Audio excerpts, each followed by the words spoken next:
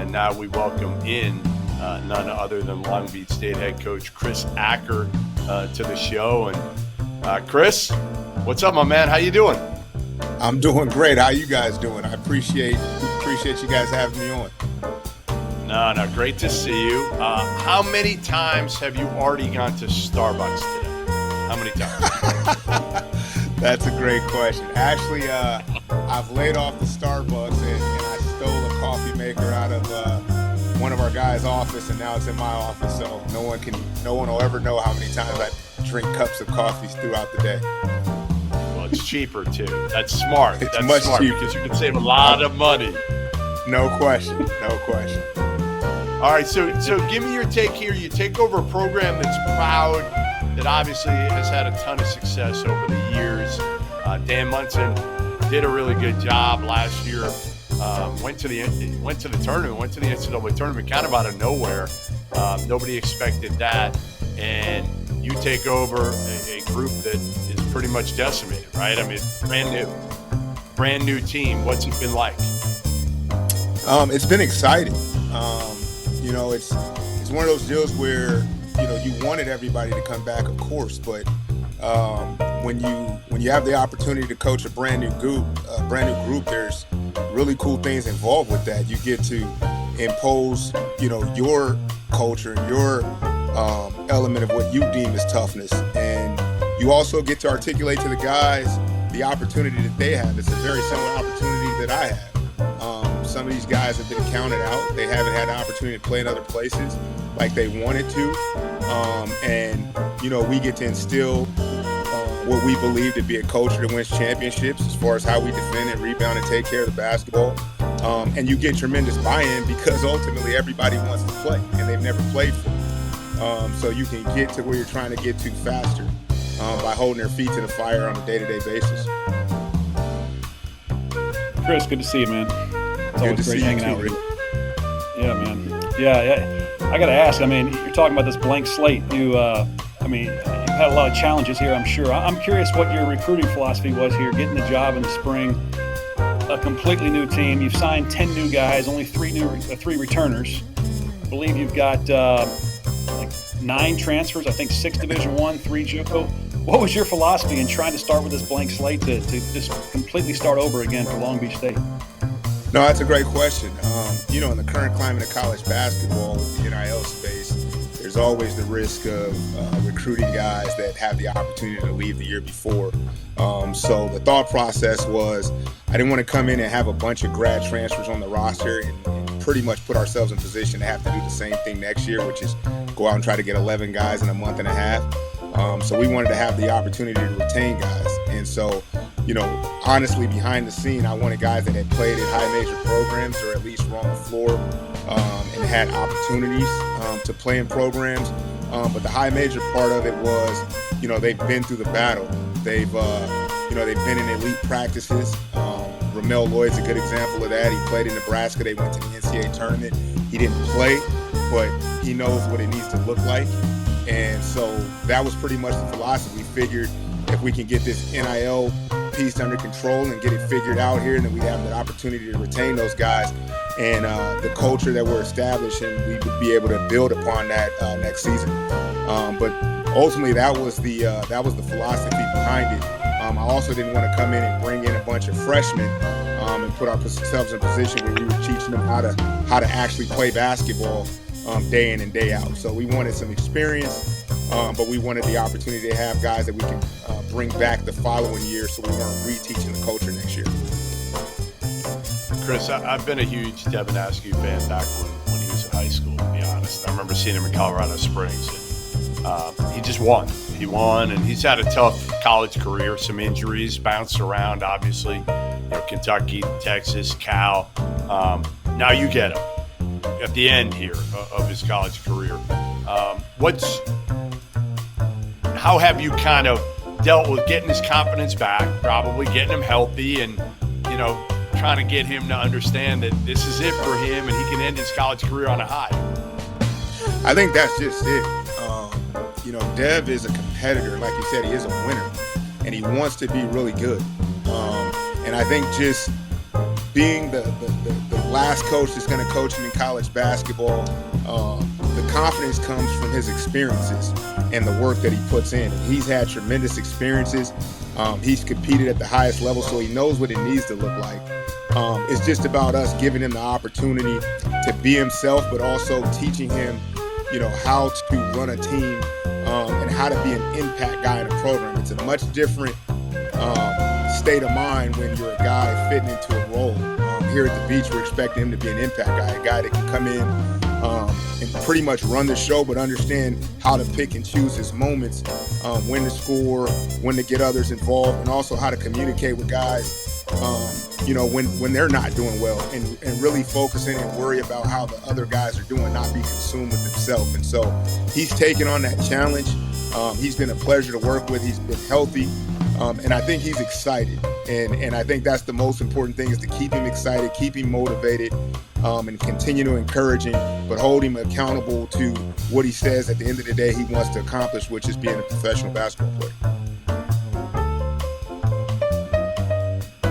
Yeah, I think it's important for people to know.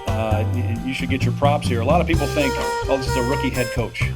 He's never coached before. Yeah, you're a rookie head coach at the Division I level, but what a lot of people don't know is that it's not your first head coaching job. You were a very successful head coach at 2 different junior colleges in California, but it's been a minute since you were a head coach. You spent your time at Hawaii, at Boise State, at San Diego State. So I'm curious, it's been about a decade since you were 1-2 feet over in that head coaching role. What's been the biggest challenge, or what do you think will be the biggest challenge as now you're adapting to that role all over again?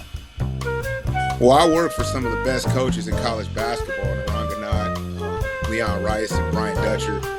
I would say I put Dutch up against anybody in the country as far as his ability to lead. And, when you watch those men lead their programs, and they give you the opportunity and the autonomy to basically help them control the outcome of games and implement your philosophies within their philosophies and be yourself, ultimately it prepares you to be in the moment. Now we know, moving on to one seat, moving over a seat, the biggest challenges have nothing to do with basketball. It's more about, the day-to-day. When you're trying to watch film or you're trying to do something and someone comes in with a question that needs to be answered in that moment, it's about, meeting the people in the community and not being exhausted and giving energy after you just finished an intense practice, and not being able to just go home like you could when you were an assistant. But I think, again, working for the men that I've worked for, you see them work, you see how they have a great work-life balance. It prepares you for anything that's to come. Obviously, I hired a tremendous staff. So learning from the staffs I've been on and the coaches I've worked for, you surround yourself with really good people and you let them work. And chances are you're going to have a lot of success. And that's what I've tried to do, is hire a great staff of guys that know what they're doing, that understand, what's at stake night in and night out, but also that understand this league and that can help me on a day-to-day basis. Hey, Chris, will the first call come from Jason Hart Jr.'s mother or father about playing time? No, they've been awesome. I see Jason on the road all the time, and the great thing about him is he just came up the first time. I've known Jason for a while. I bumped into him, but he came up to me on the road this summer at Section 7. He just said, "Coach, what's going on? Just wanted to say thank you for coaching my son. Let me introduce you to my wife." He's all in. He's not one of those guys that are going to transfer, coach him, hold him accountable. So I expect, the beautiful thing, like I have a son that plays high school basketball right now, and this is just a small story, but his high school coach loves me because when I come up to him and talk, I can understand what he's going through. And so when I'm watching his teams play, I sit there and I'm like, "Coach, man, you got your hands full." And I never ask him, is my son gonna play? What's going on? So I can see him kind of just take a deep breath when I get around him. So I expect Jason's gonna understand that Jason Jr. is the least of my worries, because he's a great kid and he's a hard worker and he's going to do everything in his power to put himself on the floor. But we're trying to win games, so we're going to find the guys out there that are going to help us do that. Hey, last thing, I found it impressive that at San Diego State, known for elite defense.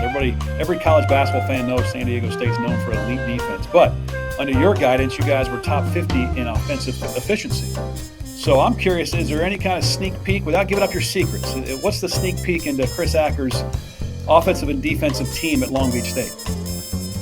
I'm not trying to reinvent the wheel. And so without giving too much information, like I said, I work for, top 25 program in the country the last couple of years. And, I work with great assistant coaches. I work with a tremendous head coach, arguably the best head coach in the country, in my opinion, and Brian Dutcher. And so I sat there, I learned, I was in the middle of a lot of those decisions and how we did certain things and watching Brian scout his opponents and prepare. We're not going to reinvent the wheel. We're going to do what we do and do it at an elite level, and only hope to come close to being as good defensively as San Diego State. But add a few elements offensively, some things. When you're sitting in a program and you're watching us from year one when we were 30-2 to where we ended up my last year there, 5 years, you learn how to get to things much quicker. And so I think and just watching us develop over time, I think we've set the tone this year on where we want to be when it's all said and done, and now we can just watch other programs and watch how other teams are evolving, and like every coach in the country, steal from other teams and other programs and try to put ourselves in a position to be great. All right, well, listen, Chris, we appreciate you jumping on, man. New Long Beach State head coach Chris Acker, and can't wait to see how you guys do this season in your first season. Thanks, man. I appreciate you guys. Thank you so much for having me on. You got it. There he is, Chris Acker. Excited to get to talk to you a little bit. Hey, how y'all doing? We are doing great to have you here today. So I want to start off by talking about the fact that you returned 3 starters from last season, including Jada Crawshaw and Savannah Tucker, who both had just phenomenal seasons last year. How important is that to return, the two of them who, Savannah led in scoring, Jada led in rebounds. How important was that to get both of them back this season? Yeah, it's always good to have players that are familiar with you and your style. It kind of going in last April, they didn't know me and I didn't know them. So just having that personality and those relationships with those young women have been phenomenal. And for them to say yes and want to come back is huge. That means they've invested in what we're doing here at Long Beach State. That means they've invested in themselves, and they're not the only ones. Patricia Chung is back. She was all Big West tournament team. And then as well as Lovely Sonier, who is one of the best rebounders in the league. So she went and got some buckets for Tammy, made her come out of her pockets. So we're really excited to have all of them back, and they're back for a reason. They're invested in what we're doing, and they want to be here, and that's the biggest thing. You want players that want to be a part of your program. Coach, how does it feel to have that first year as a new head coach and a new program under your belt, starting to really kind of build into creating the culture that you want to create? And I love what you have as a vision. Energy, effort, enthusiasm. Those are your big 3 E's, but just kind of help us understand where you are now, 1 year under your belt, and your culture coming together. Yeah, I blinked and it was April again. So anybody that is in this position that slides to the chair, it is a very real thing. You don't know what it is until you're in there. It's good. Going into year 2, like I said, I feel confident with the returners that are coming in. I feel confident with the players that we've recruited. My staff did a great job in terms of pointing us in the direction in such a quick amount of time. I mean, we're talking 9 months of finding players that fit, finding women that wanted to be here. So it's really exciting to get all those pieces together. And now we get to play the puzzle game. Now you get to do what you love to do as a coach is figure out, what puzzles fit together and how you can make this masterpiece a really, really special thing.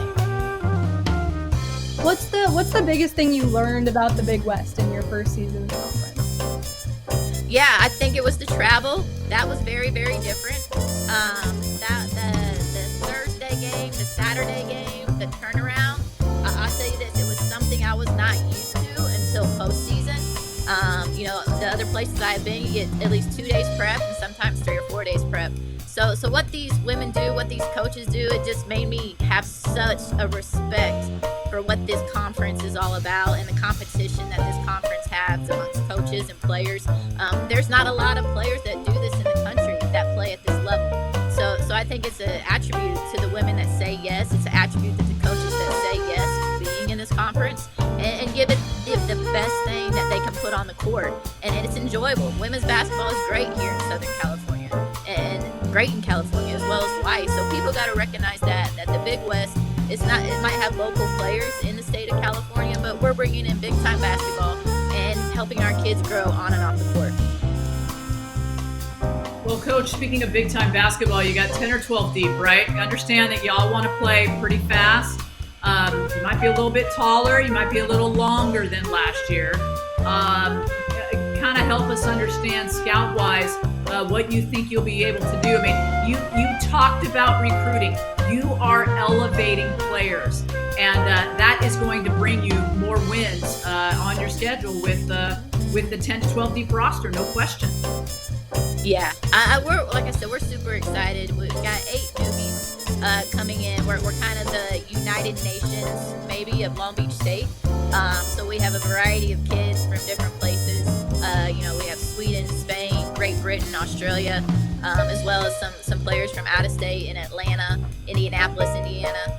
So we're really excited that we're not only kind of division that I have, but we're also taller than the volleyball team. So that's really exciting for me that we got some height and some length. But in addition to the style of play offensively, now with that length, I think we can do a little more things defensively, which is where we struggled last year. We want to be able to guard better, and having length and athleticism will help you do that. Even though they might not be technically where I want them to be, whether it's defensively in a stance or defensively in the right place, that does make up for some things, what they might lack in knowledge and skill. And like I said, we're young. We are young. So they're learning as we go. They're giving me everything they got, and that's the most exciting thing for me is I don't have to, like you talk about energy, effort, enthusiasm. Those are things we don't question every day. Those are things that we bring to the table. If those become habits, a lot of games are going to be winnable because you're going to have more than the other team. You mentioned all the new players joining your program this year. Who's one newcomer that you expect to make a real impact from day one? Woo, yeah. I mean, I think I got a couple. I'm excited. I got a young lady over here from Etijuana that she's dunking a tennis ball, so that's exciting. In itself is having a young woman that can do those type of things, and she's one of those kids that you got to slow down a little bit. Her name's Michael Richards. She's on 10 all the time. I'm like, I need you for more than a minute. I need you for 4 minutes. So can you just maybe go from 7th gear down to 5th gear? That would be awesome. Jacoya Jones, she's from Atlanta. Really excited about her. Strong physical guard, can score at all 3 levels. So I think those two are leading the way in terms of that freshman class that are meshing really, really well with our returners. So it's exciting for them. But anything's on the table at this point. Tammy, as you said, I do want to play 10, 12 deep because I want 7 or 8 kids in double figures. I want teams to okay, who do we focus on? And with our style, with our pace, it's going to be hard to even turn around and see, okay, this is who I'm guarding, but no, we've already got somebody else in the lineup that can almost do the same thing and score at all 3 levels. So yeah, it's going to be a fun jigsaw piece that we're going to go through here early, but just excited to see how it all shakes out. So, Coach, you have this sort of invaluable piece that not every coach has, and you had your team for about 8 weeks this summer, and that's priceless. That time you'll never be able to get back. And you talk about time. You've had over 30 training sessions together. I understand you guys had a little scrimmage the other day, but I just kind of want to know how that helps you get from point A to point B in this fall season, because 3 weeks from now, season is starting, and once it starts, it goes. There's no holding back. Yeah, I mean, thank goodness it starts in 3 weeks. I think we are ready to play some games, but that the 8 weeks in the summer is not just the athletic side that is beneficial. Obviously my kids get to do some team bonding. They get to come together as teammates, get to know each other on the court and off the court. But it also gives them leeway for that one credit hour that all my freshmen can come in and get a 4.0. So it's really, really huge from that standpoint. But the carryover of basketball is we're not really starting from scratch, come August when that first day of school starts. They're already kind of in a routine. They kind of understand the expectation. And we can go ahead and move forward with a lot of basketball things that we want to do, whether it's our philosophy, whether it's our theory, or heck, I may have been wrong in the summer and like, we should do this. And just like, this ain't going to work with this team. So that's a great advantage to be able to, for a coach, to be able to see what you got for 8 weeks and maybe adjust and or build off of it right from the jump. As you're getting to build your team and instill your culture into this program, right, what's the next step forward in getting this program a return to the NCAA tournament? Yeah, we talked about this a lot, and it's winning. Point blank period. This team wants to win. So they are being treated. I have a pretty good vision of what it feels like and what it looks like. I've been fortunate to be a part of several successful teams, been around a lot of successful coaches, and so I've been able to push them a little bit. So it's getting out of their comfort zone. We talk a lot about watering your roots so you can see the fruit. The fruit is going to be winning, but watering our roots is doing the unrequired work. It's working hard. It's being prepared. It's having humility. And the biggest thing is having love for the game. Absolutely. Thank you so much for joining us tonight, Coach. We really appreciate it and are really excited to see what you're going to do this